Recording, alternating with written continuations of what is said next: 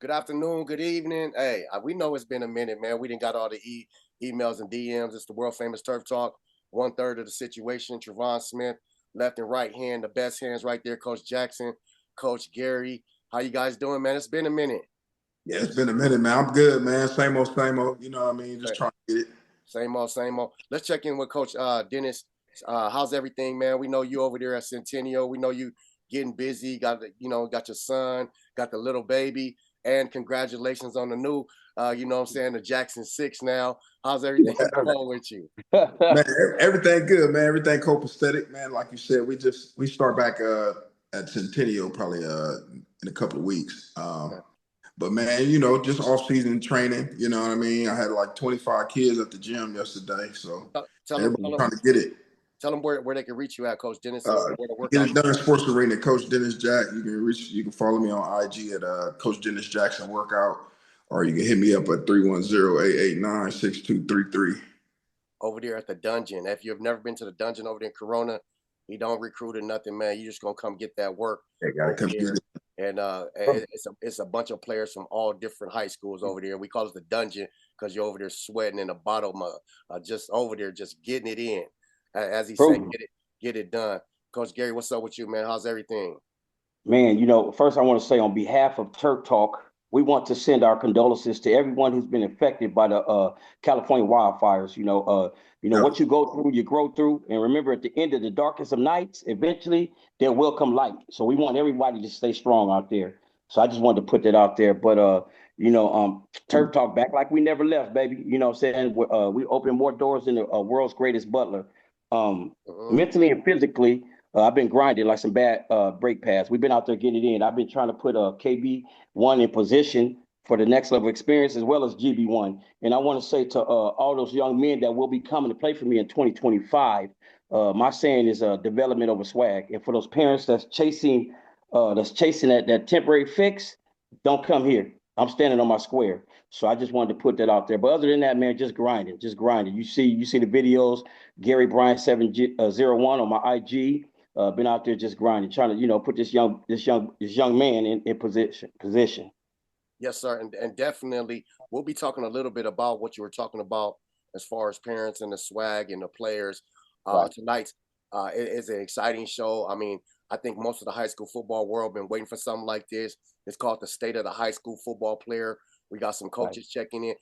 I'm just gonna be honest with you. We invited about 40 high schools. We don't know who's gonna show up or who not because it's a right. touchy subject. But this is what we do. We non-biased all the way across the board, Southern California, to a certain degree, unless it's Friday night. So Right. the basis of this show right now, welcome to Colton High School. We'll give everybody a chance to, say the names and what schools they represent. It's called the State of the High School Player. It's only a small group. I'm gonna let you guys know this invitation was sent out to 40 schools. So a lot of them tapped out. So I appreciate you guys for tapping in. Sure. For whatever reason, it is what it is. But it's the State Yeah. of the High School Player. We want to talk about homegrown talent, always leaving to go play with other stars. And we'll get some questions in. We're going to get a lot of valuable information. Remember, the rules is we can't say no high school names. We can't point out no other high school coaches. And we can't definitely talk about players for the mere fact we're not trying to violate anybody's situation. Uh, Right. Starting first, Coach Jackson, go ahead and introduce yourself. To my left, because that's how my screen is. Go ahead and introduce yourself. Tell everybody who you are, what you represent, and there we go. Yeah, I'm Coach Dennis Jackson, man. I represent Corona Centennial. I'm the D-line coach at Centennial. Yes, sir. Talk about that picture in the back of you. Oh, yeah, it's my son. He plays for the 49ers. He's the 49ers first pick 3 years ago. Drake Jackson played at USC, three-time All-American at USC. Yes, sir. Coach Pugh, you at the top two. Go ahead and put your resume out and who you trained and partnered up with. Where you Well, at? I'm Coach Pugh, man. Eisenhower High School, assistant coach, assistant offensive coordinator, running back coach. Been doing this for a very, very long time. Got a lot of kids all across the world, man, with as far as colleges and NFL and stuff like that through training and through 7-on-7 club and relationships and stuff like that. But At the end of the day, I've been doing this for 18 years, and homegrown is a real serious situation. So I had to tap in with this because I know exactly what we talking about, bro. I Yes, swear sir. to I promise you that. If anybody don't know, I know you know. Coach Vargas, go ahead and tell us where you from, what you do, and represent yourself. Yes, sir. Yes, sir. Coach Vargas, offense coordinator, associate head coach at Indio High School. Going into my 5th year of coaching. I'm also on the board of the CA Showcase that is every year in Irvine. I'm all about giving kids opportunities, and but at the end of the day, you got to be real with these kids, be real with these parents, and the more you can do that, the better success will come your way. Coach, Fact. the man himself right here in the middle, Coach D Burns. Go ahead and tell them who you are, Coach Burns. Let them know. Turf How you Talk doing? legend. Pardon me? I What'd you said say? Turf Talk legend. No, man. I'm Coach Deshaun Burns, head coach over at Linfield Christian High School, D coordinator and recruiting coordinator, and been blessed to do this for a little while, about 30 years. At every level except the junior tackle level. And I've seen a lot, and just blessed to be a part of this. It's an honor. Thank y'all, boys, and hopefully we can reach some people and get them to understand what's really important about this thing. Right. Yeah. Coach Burns, tell them about your kids. Man, come on, man. I mean, My oldest, well, both of my kids played at Linfield Christian High School. Lorenzo went on to play at the University of Arizona. He came out of high school as an all-CIF all-league guy. Then went to the University of Arizona. Played there, was a freshman All-American, led the country in interceptions as a freshman. And then continued to play, didn't transfer, didn't leave. Had 4 different DB coaches in his 4 or 5 years there. Played under Rich Rod and then finished under Summy. Went to the Cardinals from there. Got COVID. Wasn't vaccinated during the voluntary mandatory deal. Came off COVID. I was released. Then went to Jacksonville and played under Urban Meyer. Was there under Herb for a season. Then chose not to go back, and then went to the Birmingham Stallions in the USFL and played there for a season, won his first championship, and came back. Worked out the Raiders, went back to Birmingham, played, won another championship. Then he went to the Browns. With the Browns, was released the week of the first game. Was on the squad and got released. It was a numbers thing. He went back to the Stallions, and when they became the UFL and they merged, won another championship there. They ended up getting into the Hall of Fame in Canton. And then he came back home, and instead of waiting around for a team to call, he went to the Montreal Alouettes. He's with the Montreal Alouettes, signed a deal there. And he was 1 game out of the Grey Cup this past season, just got home around Thanksgiving. That's my one. It's Simeon. I have another son, Simeon, who played at Linfield Christian also. Went to Dixie State, which is now Utah Tech. Mm-hmm. Left there when Coach Shea McClure left. Simeon came home, went to Chafee, and went from Chafee to Chowan in Murfreesboro, North Carolina, D2 school in the CIAA. And then from there went to the Tucson Sugar Skulls, or played in the HBCU Pigskin Showdown. Then went to the Tucson Sugar Skulls in the Arena League. For 1 season, they went to the semis, and they came home, went to Corpus Christi with the Tri-City, or the Corpus Christi Tritons. Got released from a hamstring injury, then signed with the Green Bay Blizzard. The way he went to the semis, came home. He's re-signed with the Billings Outlaws, but then recently got a call from Frankfurt, so the Galaxy is called. So we got to do some weighing up some options. So I've seen the D1 and the D2. I've seen both roads, and they're both actively doing it. And most importantly for me, they have their degrees. So they don't owe the school anything. They're degreed. They're 25 and 27, and they doing what they get paid to run around and work out, tackle on folks. And so they're living the dream, and they're doing well. So I'm blessed. I wanted the people to tap in that's going to watch this later on to understand it. It's some football on here. Coach Colton, go ahead and introduce yourselves It's y'all stage, man. We haven't had a chance to hear from you guys. They doing something great at coaching. I went over there on a Friday night. I had a great time over there, and they got some boys that's getting out of there now with the staff and the players. So go ahead, coach. Go ahead and tell them your accolades, man. Get your money. How's it going, you guys, man? My name is Ray Rodriguez. I'm the head coach over here at Colton High School. I've been coaching for a little over 10 years. I started off at Grand Terrace, and I took over this high school back in 2019. This was my alma mater, so when it opened up, I thought to myself, like, damn, I had to go back. And I've been blessed to bring in some good coaches with me. This is my offensive coordinator and my assistant head coach, probably the next guy up after when I'm ready to hang it up. Let this guy take over. He can introduce himself, though. Yep. My name is Miles Ferreira. I played Division II college football for 2 years, and then COVID hit, and then I came back home and started at the University of Redlands. 4-year varsity starter, 3-star athlete. Like Coach Ray here said, I'm the offensive coordinator, quarterback coach. Pretty much gonna hopefully to take over once this guy hangs it up. Yeah, we got some good guys over here. A lot of homegrown talent that we're trying to keep in, man. That's why we're on here. Yes, sir. Coach Gary, then Coach Paul. Coach Gary, go ahead and introduce yourself. Tell them who you are. Don't forget to mention your son. How you guys doing? My name is Coach Gary. I'm a youth coach. I actually been coaching for a little bit more than 20-some years. My son is Gary Bryant Jr. He was the #1 recruit at USC for the class of 2020. From there on, he's now at Oregon Ducks. This should be a good year for him. You know, he has suffered an injury, so he should be coming out doing his thing. So basically, my thing is just putting these boys in position. I have 15 boys playing Division I right now, and I learned a lot. We have one of my mentors on here, which is Coach Burns, and I'm always learning. I feel like if a person stops learning, he's doing himself a dissatisfaction as well as the kids. So that's my main thing, just trying to put these young men in position. So I just want to say thank you guys for being on our show. So that's everything summed up. I have a little man, KB1, coming up, another baller. So the grind don't stop. I got you. Absolutely. Coaches from Colton and Rialto. His whole youth team is 13 years old. You might want to make a trip out there, but I'll leave it at that. Coach Paul, head that way. I'm about to head that way. Right. Like that. Coach Burns already had first dibs, so I suggest y'all get out there.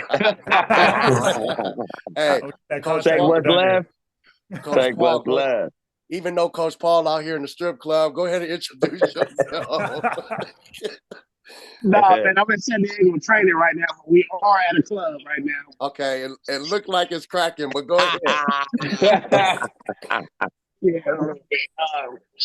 Coach Paul, D-line coach over at Eisenhower. I've been coaching about 10 years, and I have a son that plays wide receiver DB. Okay. All right. Where's he at again? Where's Coach from again? He's from Eisenhower as well. Eisenhower. Oh, Ike. Okay. Ike mob over there. Ronnie Lott. Mike Smalls. Mike Smalls. Left tackle. Hey, Satawa Lamar, man. Satawa Lamar, man. Come on. Shout out to Seattle Seahawks. That's what we're talking about. That's enough of the schools right there. Once again, we're gonna keep in lines. We're just gonna talk football. It's the state of the high school player. So I want to start it off by saying, as far as me, Coach Paul, and Coach Burns and Pugh had tapped in, and we had got into a little Facebook discussion, and we said, let's turn it into a turf talk. But like I said, I want to let everybody know 40 schools were invited, and only these men right here showed up for whatever reason, but it's a non-biased conversation. I want to talk about the everybody on here has a little long in the tooth to a certain degree, not all of us. But back in the day when it was a star player, he played at his own high school and he was the guy. So what's the importance of all these players, or why do you coaches think all these players are getting together and going to a certain school or going to a certain group, or they feel like they have to be around each other? If I kind of work that correctly, and some of you guys might even touch in. Let's start off with Colton. Why do you guys think? I mean, because you guys have homegrown talent. You guys have a star quarterback that a lot of people want, but he decided to stay at Colton.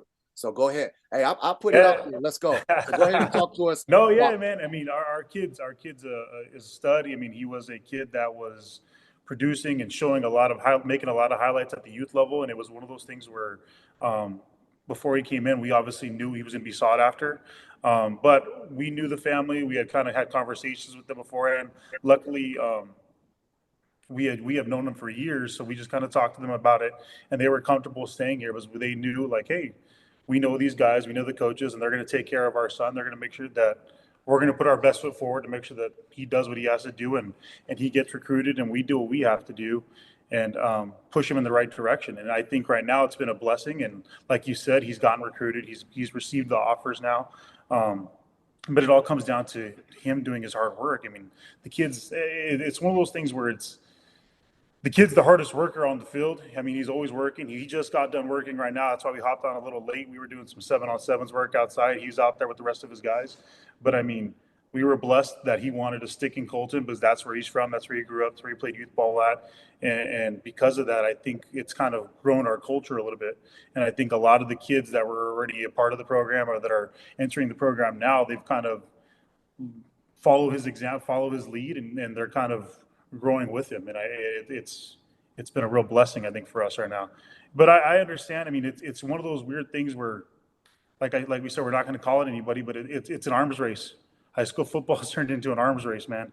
Everybody wants to try to get the best players. They want to try to stack up as many kids as they can. And it's a weird thing, but I think it's just kind of the culture of sports now. You see it at the pro level, you see it at the college level, and you see it at the high school level now. And it's just one of those things where it's like, I think, like you said, it's a blessing that we're able to say, like, hey, our kid is a homegrown kid. He stayed at his home school, and he's getting recruited, and he's got some scholarship offers, and it kind of helps us at that point where it's like, hey, you can come to Colton High School and get recruited. Yes, sir. Coach Paul, I want to jump in with you if we can hear you. Okay. What's your opinion on that about kids not wanting to, be the lone star or just be a couple stars? They all want to go play with other stars. I just hear what you got to say. Well, yeah, I started this conversation on Facebook because we lost 7 kids last season, and I'm gonna say it's culture.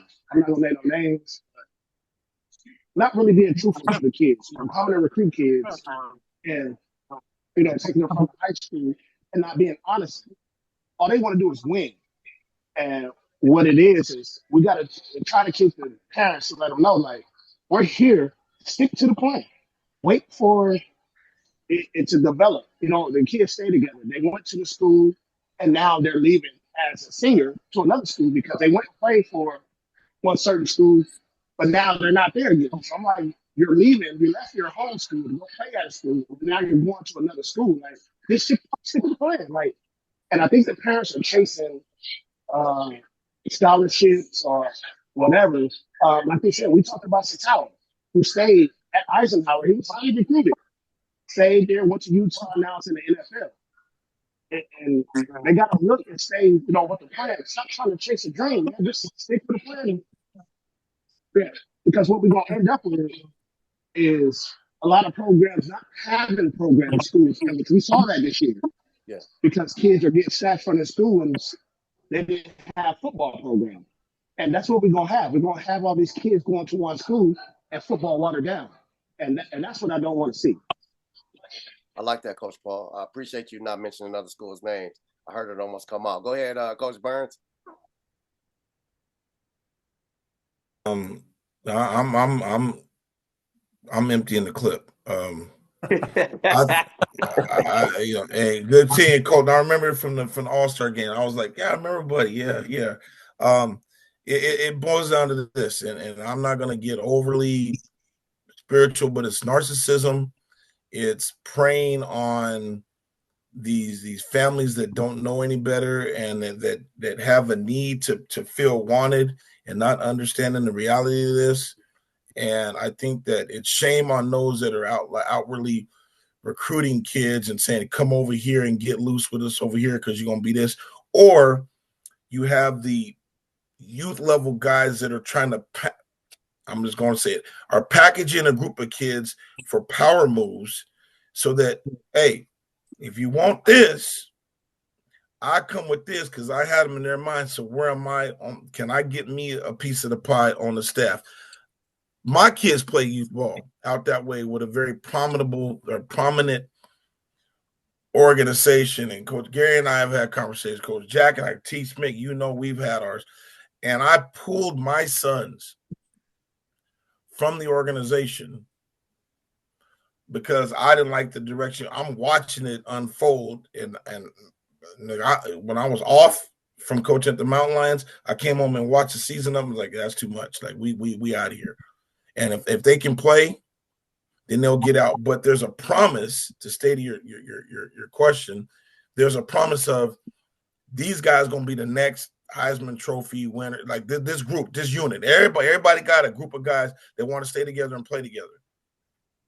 Until they got to stay together and play together. And then somebody jumps in bed and decides to make a deal with them and feed the beast, and not understanding that the beast's appetite is going to change, and you don't got the food equipped to feed the beast and what the beast is now.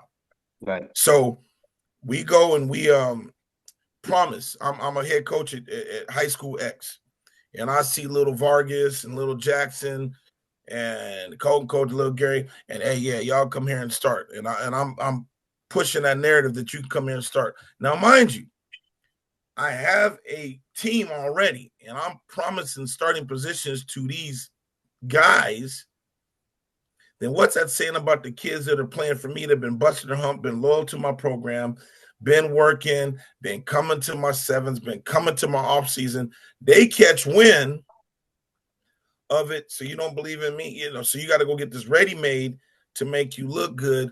But then I want loyalty from the ones that I'm gonna need it from. That's just bad all around. And I think more people need to stand up like, okay, look, if somebody approaches me and I got these guys and they do X, Y, Z and they want to transfer, I've had some kids and I've heard conversations about transferring and been like in the midst of it during a training session or something.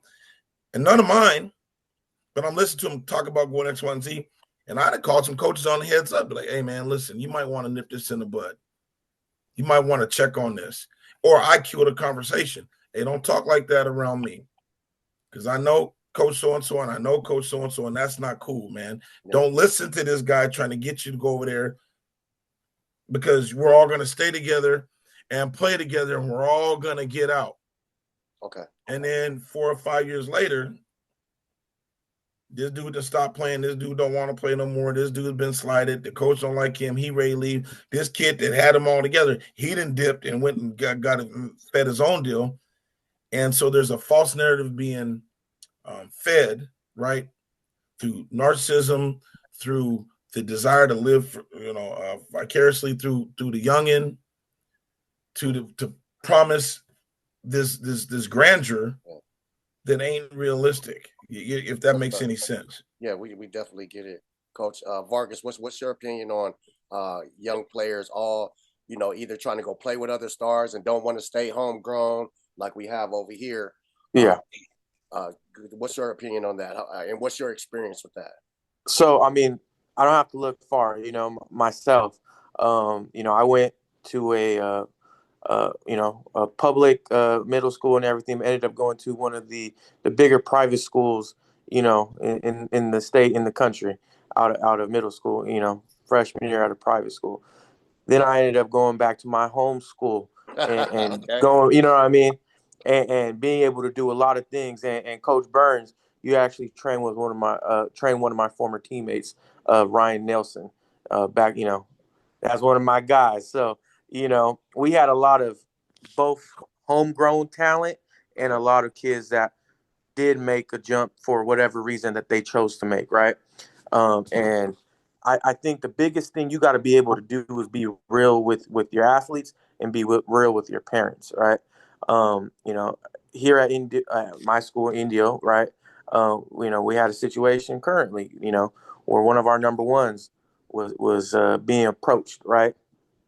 And you have to be able to sit down with him and be able to tell him, like, what are you signing up for when you make that decision, right? And it's something you can't be afraid of. I know some people say, don't beg a kid to stay, but I look at it differently. I look at it, if I'm around these kids every day, my job is to keep it real with them and let them know what decisions that they're making. And if they're going to go ahead and make a decision like that, let them know what's ahead and what's on the table if you do stay, right? If you're a number one, and you're signing up to be a number two or a number three, and you're not being told that, I think that's wrong. I think that's not right, because a kid is thinking, maybe at a bigger school or a school with a little bit more success, that more opportunities come. But that's not always the case, and we've all seen that, where a kid that might be a number one doesn't have the work ethic or doesn't have the experience as some of those other kids, and now they're in a situation where, like Coach said, 2-3 years they're done playing football, or their perspective of it is a whole different thing from when they were a little bit more hungry, or a little bit more, getting the ball a little bit more, all these things that these, it's an egotistical sport. We understand that it is, we all, for being real, as coaches, we enjoy wins, and we don't like, losses. So, we got to be real with these kids, and let them know their decisions. And I think that's something going forward. And whether they go to play college ball or go get a job, you might not like a job. You might want to level up, but what does that require? Are you going to go without working for, 3 months? Are you going to have to start at the bottom at another job? All these things that these kids aren't learning. And that's one of the things that I do as a coach. I'll sit down with a kid and break it down, because sometimes a move is if they have certain goals, certain work ethics, certain schools might not be able to give it to them. Just it is what it is. But most of the time, it's like Coach said, it's not the reality that they're being sold. Got you. I like that a lot, Coach Vargas. I like all the answers a lot. And I think the kids in the community need to hear this. If you just tuned it in, it's Turf Talk. We're talking about the state of the high school player. We have a variety of coaches on here from different schools, so you're getting a non-biased opinion. Coach Jackson, I'm eager to hear what you have to say.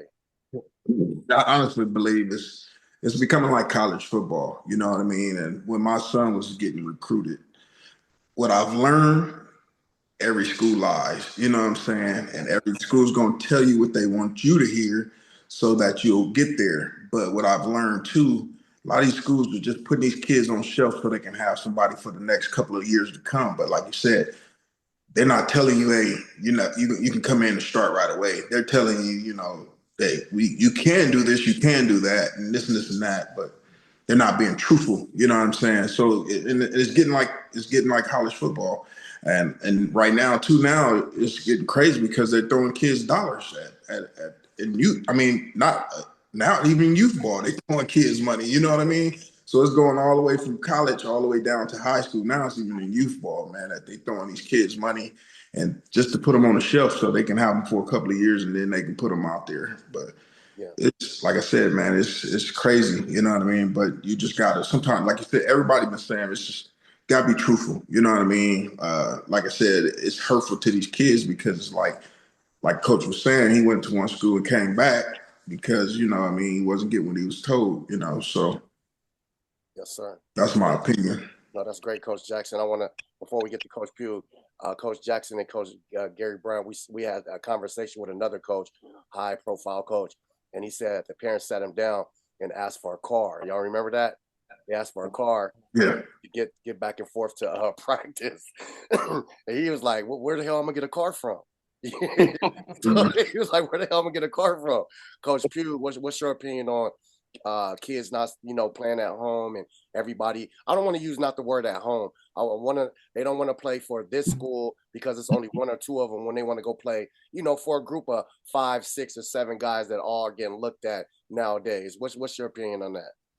I would say, and I'm gonna tap back in, I think Colton mentioned it, and I think Jackson just mentioned it as well, is the start of it is like the next levels, right? Because high school kids, they want to be like college. They want to be like the pros. And I think with the transfer portal and all of this stuff, it's taken over.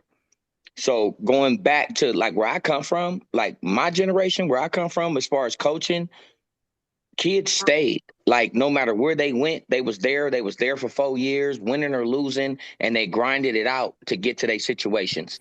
And whether they was the only star or they was there with 3 or 4 other stars, they didn't chase the other stars. They wanted to pop the other stars down. You know what I mean? Like we gonna pop them, we gonna beat them, like, and we gonna stick together. And Now it's the portal, it's the transfer, it's the do the Voltron thing and let's link up and be the power team type of situation, and they chasing that dream. I'm a chop it up a little bit because everybody spoke, so I got a whole lot. And then also like how we say we got to get at our kids and we got to talk to them and we got to let them know what the situation is. Sometimes you don't get the opportunity to even do that. The Right. parents don't tap in with you. The kid don't let you know until they come talk to you and say, "Hey, coach, I transferred." You know what I mean? And I just want to keep it real with you and let you know, but I'm gone already. Like, you know what I'm saying? When they come to you with that discussion, it's like you don't have that in your arsenal as far as to say, well, what can I do to keep you, or what is it you're looking for, and what you might be missing? What are you thinking about? They gone. Yeah. You know what I mean? And the parents don't tap in. The parents just decide on their own. They don't say, "Hey, coach, we're thinking about this or we're thinking about that." Those are situations. And then you do get the other situation. I'm not saying everybody's like that, but it works out like that as well. Mhm. And then how I feel about it is when you got kids in a situation where they come in, you bring 8 or 9 kids in as freshmen, and they end up being core kids, you know what I mean, on all levels of the game, linemen, skilled players, you know what I mean, whatever it is you might be, you got a core. If you can get those kids in as a core from a freshman year and get them to a senior year, the game itself, let's just say the game gods bless groups like that, bro. And they bless those kids, and those kids end up having phenomenal seasons. And those kids end up winning. Sometimes those teams end up winning CIF championships because for the simple fact, they came in together, they stayed together, and they grind together. And I'm telling you, the more and the more I see coaching staffs build, because everybody's looking sophomore and junior year right now, they're already looking out the window. They're already trying to jump out the car, but they're trying to figure out where am I going to go? You know what I mean? And then they come together and they say, you know what, bro, we started this together. We're going to finish this together. And then they end up having those Cinderella seasons. Yeah. And that's what I try to tell kids because I've been on both sides of it. Like my beginning of my 18 years, I was over, in Fontana at another school. And I'm not going to mention schools, but I was there first before I got to Ike. And we had homegrown kids. We didn't lose kids at all. Never lost kids. I didn't start experience losing kids until like the last maybe 3 years, 4 years of my career. Like I started experiencing losing kids. Like I never lost a kid. I didn't even know how that felt. You know what I mean? But at the end of the day, 2018 at Eisenhower, when I got there, it was my second year, right? I could say my school's name, right? Correct? Yeah. Okay. And the year before that, they were 2-8. The year before that, they were 2-8. The year before that, they were 1-9, right? My first year there, 2-8. They stuck together. I swear to God, we had a group of like talent, athletic kids. Yeah. They stuck together, bro, and they went 14-0 and won CIF their senior year. And that's where I learned that part of the game of like, wow, like if you can get a group together and keep all of them at home and keep grinding and everybody's going in the same direction, you know what I mean? One heartbeat, one goal, and everybody wants to win. Man, you keep a group together for 4 years and they win. But now these parents and these kids are all looking for the super team, or they're looking for they're getting O's over there. They're getting kids out. They're getting kids out. Yeah, they are. But your kid is playing. You might get the death penalty. Some of these kids don't even understand. Nobody talks about that. But the death penalty is out there for a lot of these kids transferring and getting to these schools that can't play. Yep. But nobody mentions that part of the game, right? They come on over here and come play for us. They don't know. Is that kid on transfer number 3? Or is he on transfer number 4? Because transfer number 4 is a death penalty. Did you talk to him about that? You know what I mean? Like, so it's a lot that goes on with it, T. And I can go deep into the rabbit hole on this conversation. And I just want to make sure that we all of us here, I commend everybody in this group. And I think that's why we all tapped in, because we genuinely are talking about this. We're not coming in here as far as a beneficiary of it or getting jugged from it. We're just talking about the truth. Yeah. And we're talking about what we do with our kids and how we raise our babies and we bring them into our programs. I call them villages. And when you get your parents and your kids together and your coaching staff together, it's your village. And you got to take care of your village. And the way you control your village is you're gonna either get plucked or they're gonna stay loyal. But these days, even your loyalty will bounce on you, because I think Coach Jackson or somebody said they lie to the kids. Yep. And then they get them over there in their program, and you lose a two-way starter that goes over there and stands on the sideline and can't even get a rep. Almost cussed. My bad. Definitely. Hey, it's all great information. We got to top in with Gary. Gary, what's your opinion of that? Coaches, we got to keep it going, keep it busy, keep it to like a minute and a half with all our stuff. I appreciate y'all, man. That was the first round. I liked all of it. The next round, let's keep it going a little bit more. Coach Gary, what about you? We want to hear you with the youth. You got coaches coming at you all the time talking about sending your kids here and there. You know what? I'm not going to unleash the clip, but I'm going to keep it short and sassy. I say, if you hang with dogs, you will get fleas. If you look, people don't look through the smoke screen, and they don't understand. Like now, even at the youth level, they recruit you to replace you. And I think a lot of people can understand that that's on here right now. They recruit you to replace you. And if you will allow me, I wrote something, an intro for the coaches, if I can read it. Real fast. My definition of a coach is a leader. Use your leadership as an end. Create an environment that will give tomorrow's leaders substance over what is popular, action over authority, principle over position, turning a campus into a canvas, because a leader without vision has nothing to stand on. Let that sink in. A seed will never blossom into a rose if it's planted underneath cement. Coaches, it is our solemn duty to implement more values into these soon-to-be productive adults. We must stand up to injustice, even if it's just us, because this sport that we once knew is evolving into something that we don't know. The popular pony has seemed to be kicked the extinct dinosaur to the curb. The microwave mindset has even infiltrated the youth form. Pay to play. And I say this to all you coaches. Stand on square. Do it your way. So I just want to get out to all the coaches out here. I commend you, because right now, whatever it's turning into, it's not the same. You know, I had I'm not going to say their name, but I had some at the youth. I had coaches pull a couple of my kids to the side and offer them $500 a game. Now, how can I compete with that? You know what I mean? Like, that's what's going on at the youth level now. You got people, they're paying these kids to play. But if you don't, to me, winning is not always defined by a scoreboard. If you look at, I can name where my son played, 2 young men that have been arrested. And it's going on in Alabama, all these other places. So, okay, yeah, these kids, they're very gifted, but we're not teaching them the principles of what it takes to be a human being, because when they get to where they're supposed to go, these kids are lacking a lot. You know what I mean? So it's getting bad. It's bad. It's like a cesspool out there. It's bad. I definitely think the kids are, just going down the wrong way because they're so used to being spoiled in high school. They think it's going to cover over into life. Right. And in college. I want to get to the next question as far as who feels more entitled. I want to go around the room. Let's keep it like a minute and a half. I know the coaches have to feel this. Who feels more entitled nowadays? Is it the parents or is it the players? Because everybody feels like they're entitled to something. Coach Burns, you can go ahead and start us off. All right, I will. Let me just real quick, 15 seconds. Everybody on this panel, I want you to rewind the clock about 9 years. And that's where it really started. So I think we got it backwards. Like we're saying that we're thinking that the college and the portal and all that stuff that messed up. These athletes kicking up this dust, where were they at 9 years ago, 10 years ago? And what were they doing then? They were doing the same thing back then when they were in youth. Team hopping, looking for handouts, this and that, and it just kept going. So now, right, the powers that be, and it feeds into your question, T. Smith, the entitlement, it started, brother, 9 years ago, 10 years ago in youth league. That's where it started. And they've never changed. It's like saying these kids nowadays are something else. No. The parenting nowadays is different. The kids ain't different because it's the first time they being kids.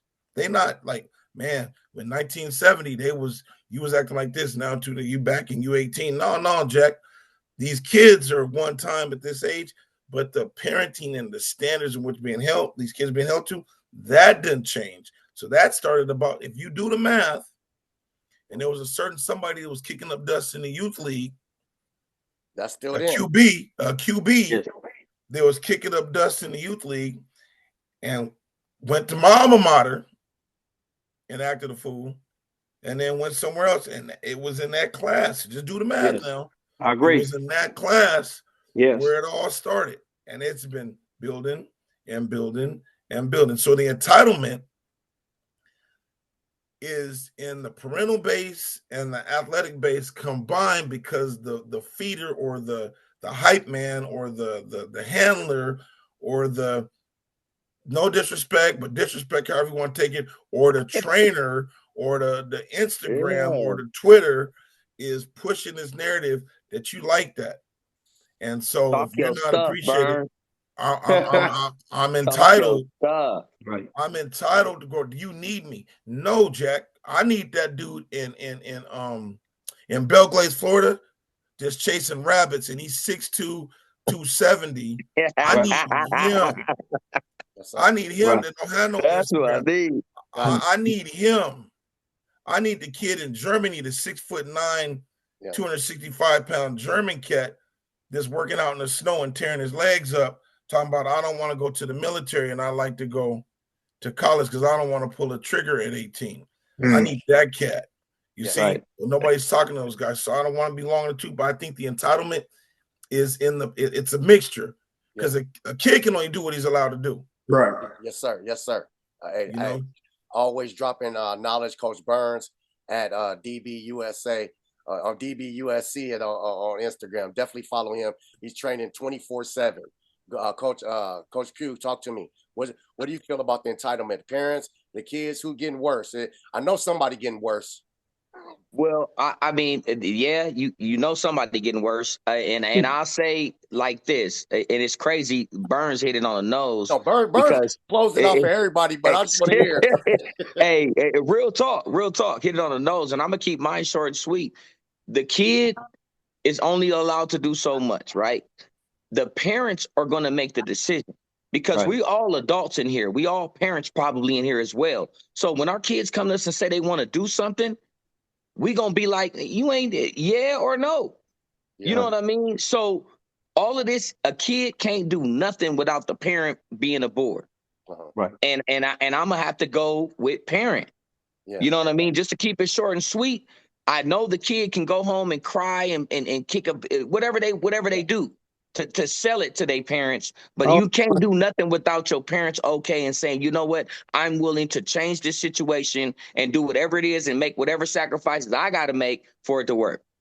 Right? Yes, we appreciate that. Coach Pugh out there at Eisenhower Rialto. Colton, talk to us. You guys go through those issues over there in Colton? Because when I went over there, it looked like everything was in place in order. my So camera. talk to me. Talk to me. Yeah, I'm gonna let my guy handle this one, but no, there's definitely issues, but he got this one. Yeah, Coach. Going back to your question, I think it's kind of a mixture of both. Like the kids, of course, they hear a bunch of outside noise, and the parents get a bunch of outside noise. But as far as entitlement, I think it might be a little bit more the parents. But some of these coaches, like in the youth programs, like we've been talking about, and then at some other high schools, like as a parent, you just want the best for your kid. And some of those coaches on the outside looking in are feeding them promises, that they can't fulfill sometimes. But as a parent, you hear all this stuff, all this glitz and glamour, and you want your kid to be a part of that. Of course you want it. And, I feel like as a parent, it's kind of your responsibility to take advantage and take control of that situation and be like, this might not be the best for my kid. But if you don't know better, then, you don't know any better. And then you're going to learn the hard way that, you're sending your kid to another school, and this entitlement that you're feeling could, hurt your kid more than it could benefit your kid. That's why I wanted to hear everybody's perspective, because that was a different perspective, and that was a great one, Coach. Yeah.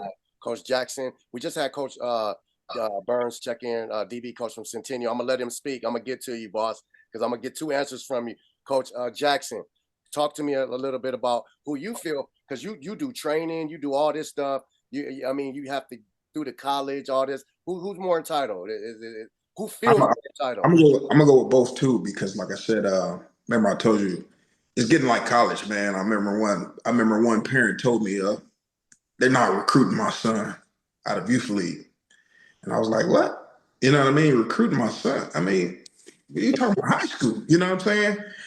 And then too, I'm gonna say the youngsters too, because some of these parents don't have the faith no more, man. You know what I mean? Some of these kids, that's a different. Hey, that's a different outlook now. yeah, Come on, some coach. of these kids Burns said they parenting different. parents are different now for sure. You know what I mean? Like I said, man, it's funny when my son went to these colleges. Every school he went to, after we did an official visit, he wanted to commit. And I said, nah, man, we're going to wait to the end and figure out. Today, man, these kids is like, nah, I'm going here and that's where I'm going. You know what I mean? And no, man, you going to get me there. How you going to get me there? You know what I'm saying? So the parenting is different now, like you said. Good job, coach. I'm just going to remind everybody. Remember when the Alabama linebacker came out to USC and he spent the night at the W Hotel and they put him with some girls and some other stuff. And he said, I ain't even going back to Alabama no more. Yeah. That's it. He never went back. Coach Vargas, Coach Vargas, talk to me about, your experience. Put your mom on the phone. Hey, Coach, talk to me about your experience as far as, who you feel more entitled, what kind of experiences you had. I think it's a mixture of both. I truthfully, it's not every kid has a parent that is in the scene with everything that's going on. So then you get a lot of those kids that have to do it on their own, and they're kids. They don't know what everything that's going on. And then sometimes you got the parent that they don't really know what their son is doing, right? Sometimes they think that their son is a little bit more than what what's really the truth, right? Mm-hmm. And that conversation right there is always a fun one when you got to say, well, your son ain't showing up to lifting, your son is late to every class. Like, what I mean? Like, those are things that you get both angles of. But I really think it's a mixture of both, and it's I think the biggest thing is just the entitlement comes from not knowing, and I like that, Coach Vargas. it's a lot of their kids, they don't know, they see what's on TikTok or they see what's on Instagram and they think that you can get that tomorrow, and that's just not the case. And then parents see other star kids and they get to see that they're at the visits and this and that, and they want that, but they don't know the amount of money, they don't know the amount of time, they Preach, don't know all coach. that stuff. Yeah, Coach that's Vargas on. required. Coach Vargas on. Man, he's You know, preaching right now. hey, Everybody think it's free. shout out to my high school head coach, rest in peace, Coach Anthony White. Okay. He gave us the blueprint, and that's why I'm real confident in coaching, because I feel like I was able to be a student and be an athlete during my time, but I always picked up on the behind the scenes and what the meaning of it was for, and that's I credit a lot to him because he had to deal with a lot, and with our topic, homegrown transfers, all that stuff, we kind of had a lot going on in our program, and he balanced it very well. Coach Vargas, we definitely shot you out. Before I get to Coach Paul and Coach Gary, I want to tap in on Coach Burns. Coach Burns, he can still play DB out there, so I want to hear his perspective out there. Young Burns over there. Young Burns, I'm going to jump back to the first question just to hear your perspective, because I know you are a person, in my opinion, that's obligated or dedicated to the youth or the new player, because you're still young and you know what's going on to a certain degree. Talk to us a little bit about your feelings and why you think some players all feel like they have to go play with other stars instead of just, be that dude or them couple dudes on their own team. Like, I know players probably talk to you a little bit more because, you got a ear on you. No, yeah, definitely. No, I just want to apologize for being late. I apologize, Coach Burns. Introduce yourself. Tell them what you do, where you at. No, you're good. I'm Coach Burns. I coach the cornerbacks over at Corona Centennial. I've been there since 2020. I train kids as well with Big Dog Coach Jackson. He kind of put me really onto the scene, to be honest, of coaching and training, to be honest, because I didn't see myself doing any of this after college. Once I graduated, once I got done playing, I really came back to California because of my little brother was playing at Corona Centennial, training with Coach Jackson, and Coach Jackson kind of just put it in my ear, like, you ever thought about training? You ever thought about coaching? I was like, nah. And then he was like, nah, like, you should do it. Got into it the first year, and I think I just rolled with it. I enjoyed it. I always really loved working with kids, and being that I couldn't play, I tore my ACL. I tore my ACL lateral medial meniscus. I tore it up. So I enjoy what I do. I've been there for a cool minute, and now I've been coaching under another corners coach, and luckily I could put it out there now because he's not coming back. So I got full reins of the corners now. So I can finally say that now. So Yeah. Congratulations, coach. I appreciate it. Congrats, coach. You being the corners coach, what I'm saying, I want to talk. We remember the rules is we can't mention other schools. You can mention your sure. Why do you think kids want to go play with a bunch of other stars instead of being that guy by themselves, or maybe two guys? They want to go play with 5 or 6 guys. I think I'm gonna go back to what Vargas and probably other people said too. I didn't really get to hear. I got in late, but I think it really started with the parents because since I've been there, we've had multiple kids that can play at any school, can start at any school at any level. But then it's like, okay, if something's not what they like, or if something's not to what the parents seem to want it to be, the glitz and the glam. And then it's like, okay, well, let's go over here and get the glitz and the glam and all the other notoriety. But it's like, for what? You get the same notoriety over here. For example, you get everything you'll get from the major aspect of the major, I don't know, stars with all the other players. It's just different. Like when I first got into coaching, and I've said it, it's definitely a different ball game. Like, I don't want to call them soft now, but the mentality is a lot different than it was before. I'm not going to lie to you. My first, 2-3 years over at Centennial, you could just tell the difference from then to now with the just age group, the group of kids, the way they go about carrying themselves, the way they practice, the way it's just different. It's just like they've taken away, I feel like the real aspect of football, like the game of football, like the real, like what it's really meant for. They're looking for what the college and everybody with the NIL and everybody is offering. Okay. It's just different. It's just different. Like as far as wanting to play with other people, I think that's more so like, I want to say necessarily on the parents. I think that's more so kids being in each other's ear. Yeah. Okay. I like that. Because I like that kind of slides into what we were talking about, entitlement. I like all the answers. Coach Paul, I know you want to get into this. Who the entitlement part? Who do you think it is, the kids or the parents? Because I'm starting to agree with a couple people. I think the kids is kind of running the house now.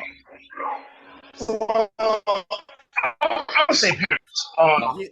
Say on both sides. I'm a coach, and I have a son at Eisenhower, and I did approach. Get your son to a good school. That's disrespectful. My son plays at Eisenhower. I don't coach him. I'm a D-line coach. He's a wide receiver DB.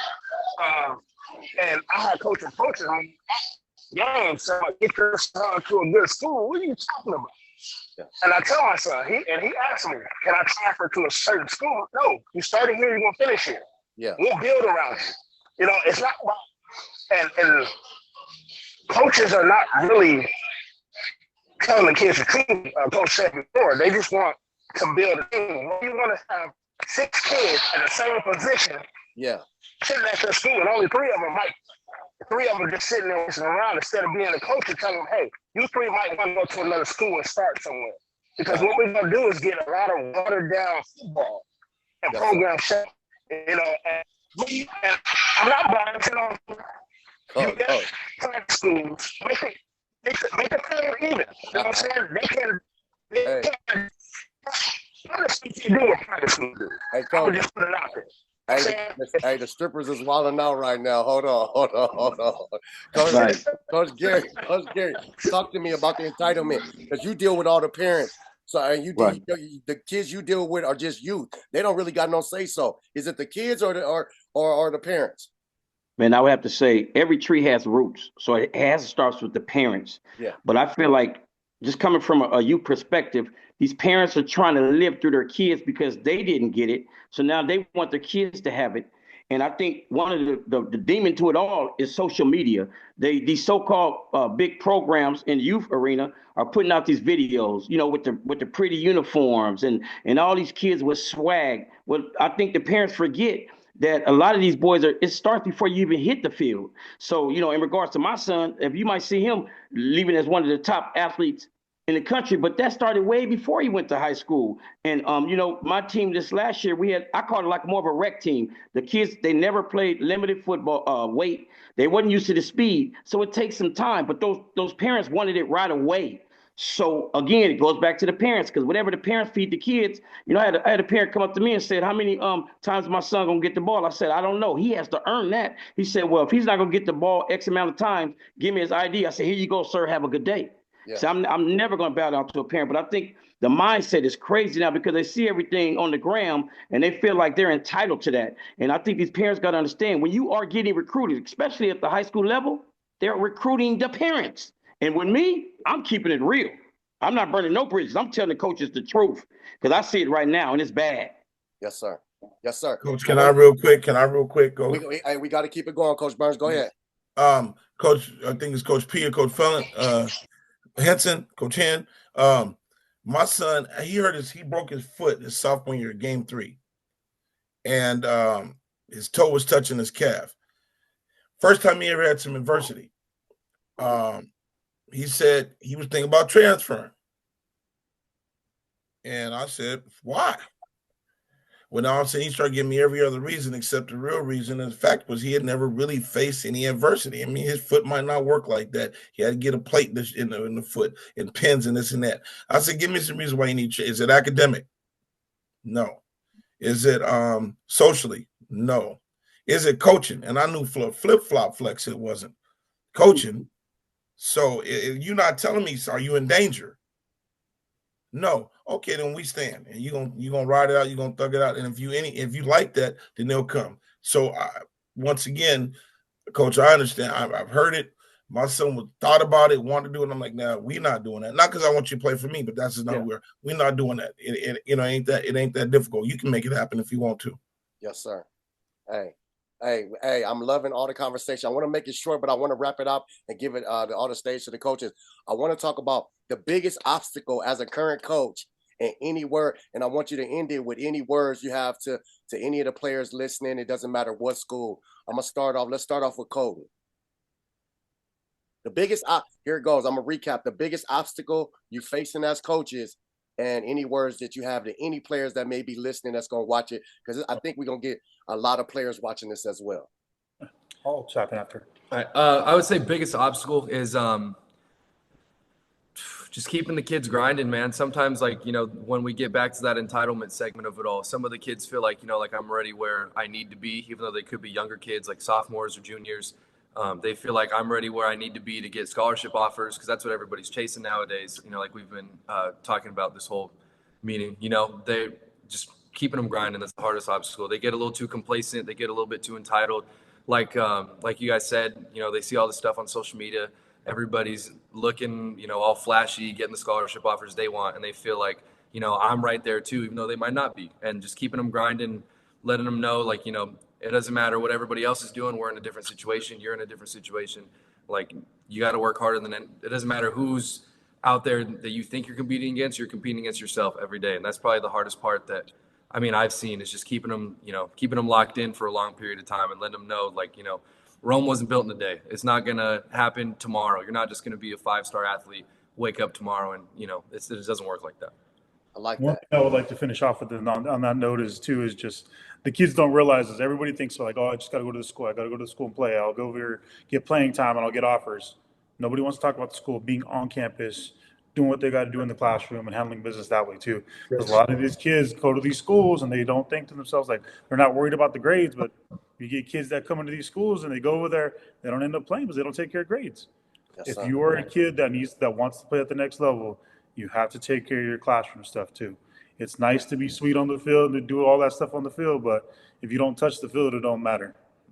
Yes, sir. We appreciate that, Coach. And Coach Pugh, talk to me. Biggest obstacle as a coach, and some words of advice for the players that's going to be checking it out. You can talk to the players or the parents. I'm going to give you guys your choice. Mute. Hello. Can we hear you? My bad. You got me? Yeah. Okay. Yeah, I would say biggest obstacle is just basically it's different now with the kids, man. And everybody wants instant noodles. You know what I mean? Everybody thinks it's just supposed to be now and all of that. But it's the pride of the kid. They don't understand the building process. And if you want to be a recruitable kid, if you want to have a star, like one star, the grind is so hard, man. You got to put in the work to get the output of whatever it is you're trying to get out this game. And these kids don't understand that no more. Everybody thinks, oh, well, and I'll say it like this. Well, you've coached these many guys and you got guys here, there, and there. All I got to do is hang out with you and I deserve it. Right. You know what I mean? And that's not it. They don't understand the guys that we've coached and the guys that we've hung around with that made it to the next level, the work ethic that they had, the dedication that they had, and the grind that they did. Like you say, you're a student athlete. So it's the books and it's also the training and it's also the work and it's also the weight room. You know what I mean? Like you got to put all of this work in, and these kids now, I'm telling you, man, they don't want to really put in all of the work for the success that they dream about. Yes, sir. Appreciate you, Coach Pugh. Coach Burns, DB Burns. I mean, young Burns. I'm gonna go younger Burns. Younger Burns. Talk to me. Biggest obstacle you got right now is coaching, and some words of advice either to parents or players. I say the biggest obstacle is like it's what kind of what they're saying. It's the instant gratification. They want instant glory. They want instant. Well, I just did this year, and I'm going into my next year, so I need this. I need this notoriety. I need be patient. I'm the perfect one to tell everybody, like, especially for the kids I coach. I didn't get my offer to college until after my senior season. Yeah. So it's like, be patient with the process. Trust the process. Your grades is key. Yes, sir. My issue. Yes, sir. Coach Jackson. No, we don't want to go back to back school. Coach Vargas, talk to me. I think the biggest challenge for coaches is one of two things. It's establishing culture and then developing that culture. With everything that's going on, if you don't got that, you're going to struggle. And if you might have your culture that you have set, but if you ain't adapting it, you're going to get left behind. And then my message to the players, man, you got to love this. And you really gotta love this. It's not gonna be easy. I tell my kids, every time I can. I dedicated 4 years, more than 4 years. I played since I was 6 years old, tackle all the way up. But when I came to high school, I dedicated 4 years, 7 days a week, sometimes 2 times a day, and I still didn't sign D1. And I worked my butt off. And you know what? You gotta be able to accept that. And if you ain't willing to do that, man, just be real with yourself and be real with your coaches. But if this is what you want to do, you're going to work the hardest you've ever been. But the last thing I want to share, like I said, I'm on the board for the California Showcase. We got this right here. I'll make sure if you guys follow me or give us that information. We'll post it in the link with this show. Yes, sir. California Showcase. It's a free showcase. It absolutely doesn't cost one penny. Anything. You just got to sign up, turn in your transcripts. There's over usually between 60 and 80 D2s, D3s, NAIAs, community colleges. So if you a high school senior and you want to still chase that dream, make sure you sign up. And it's February. This year it is February 22nd. It's in Irvine. And again, it's absolutely free. Over $42 million in scholarships over the last 10 years. So make sure you sign up. Appreciate you, Coach Vargas. Coach Gary. Hey, my bad. Did I say something? Because I don't know if I got cut off or nothing off my Wi-Fi tripping. No, we heard you, Coach. Everything. Oh, okay. No, I feel like I ain't. Hey, is it for seniors? The camp, the showcase? Yes, sir. For seniors and then for any community college athletes. Okay, so okay, said, that's good information. Make sure I get that link, Smith. Yeah, we're gonna put it in the link of the show. Coach Gary, a biggest obstacle right now as a coach, and some words of advice to either the parents or the players. I think it's the buy-in. I went back-to-back national champions. Just keeping those boys together, we've dominated anyone. But now you have these outside influences, and people are seeing this. I had a young man today that he called me and he said, "Coach, my mom said we want to come on your team, but he said, but are you going to change your uniform?" So I think like Coach Burns always say, you got to keep the main thing the main thing. Uniforms has nothing to do with you being a student athlete.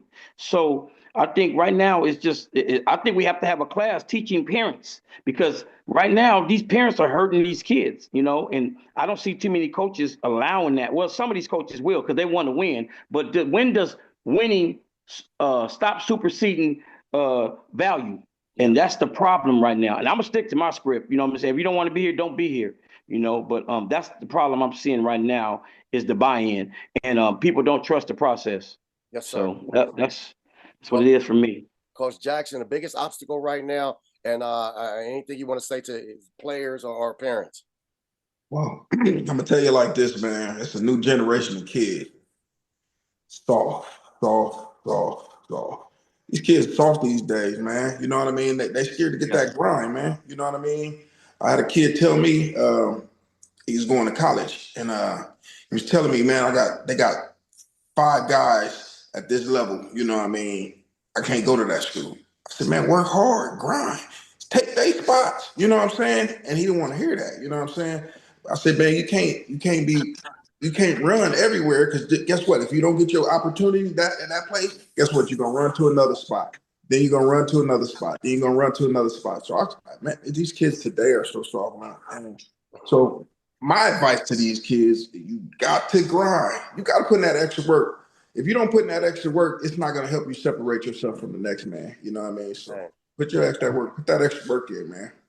Hey, Smith, can I say something real fast? I forgot to mention go the ahead. new thing that's going on in the youth arena are all these coaches are getting together and building dream teams. So I've been approached on many occasions to, hey, let's put our kids together and we be the best. But like one of the coaches said, what's the use of you doing that? Are you on the bench? I had the #1 track team years ago. Don't nobody talk about them anymore. So you can sit over there and say, I did this, I played for that. But if you didn't get developed, it doesn't mean anything. But everybody wants to be a part of something like that. Because when you get a scholarship, you can't take none of these boys with you.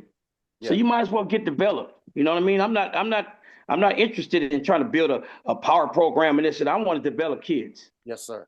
And I say that last spot right here for Coach Burns. Go ahead and close us out right here. Biggest obstacle as a head football coach you facing right now, Coach, and some words of advice to either players or parents. Wrap it up for us. Integrity and development. Period, point blank. Integrity of those around you, integrity of those amongst you. Understand what integrity means, and then the development, like the development piece. I was talking to a coach that's at D1 level, and they just got through playing in the Cotton Bowl, so it was one of them 2 teams. Okay, that man said, You can mention college, Coach. We just talk about. Okay, well, I'm talking to a coach from Arizona State, and we having a good conversation. We have a young man that's up there starting left guard. He's a cat. He handles his business. And 6'2" Ben Coleman. And so I'm talking to AJ Cooper, who had a humble beginning, was at Wyoming. Yeah. Jay Richlands got back in the day at Wyoming. So he's grinded as a coach. So we're talking about what this thing looks like. The Amex Black Card portal / NIL, all that. And his bottom line was, if a kid comes up here and it's not popping like right away, like if a kid is not flourishing right now and he's a freshman, then we probably gonna ask him, and that's not just him, but this is many a conversation. We're probably gonna suggest that he go on and part ways as semesters break, because there's no more room for developing kids. They're getting ready-made talent. So the obstacle is good one. The integrity of the people that are coming around. Like what their integrity is like, that's a challenge, because I'm gonna be 100, good, bad, or indifferent. Like it, you don't like it, you're gonna get Coach Burns on 10. At 2:00 in the morning, I'm still on 10, and I'm gonna keep it real. I'll keep it on my own. I'll keep it real. Whoever knows me knows that I don't sugarcoat.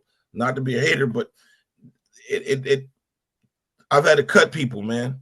Nice. And when I gotta let you go, hey man, I really like it. Look, it ain't gonna work out. Yeah. So hopefully get you situated. So the integrity and the development. Yes, sir. Right, the development. Okay, getting people developed so they can showcase their skill set. And my advice to the parental base and the kids, be mindful of not taking mixed martial art styles, mixed styles, and combining. So if you're constantly working everywhere, you're going over here and doing over here and going there. And eventually, if I go get down with Coach Jackson and I bring something from another guy that I'm fooling with, right? I got the specialized trainer. You know what I'm saying? I got this guy that helps me with my running, this guy helps me with this, and I bring this over to Coach Jack. Coach Jack might be emphasizing this. Yeah. So now what's happening is these kids are getting confused because they're meshing all of this information and trying to make it happen. And then we take all of that, and then you come to the high school coach who's not even doing none of what you've been talking about. Right. Jack of all trades, don't know nothing. Yeah, and master of none. And so it's the integrity, development, and then being mindful of who you get around and vet the people that you put your babies around. Yeah. Everybody say they do something. I was on the Super Bowl championship team. Yeah, I was the water boy.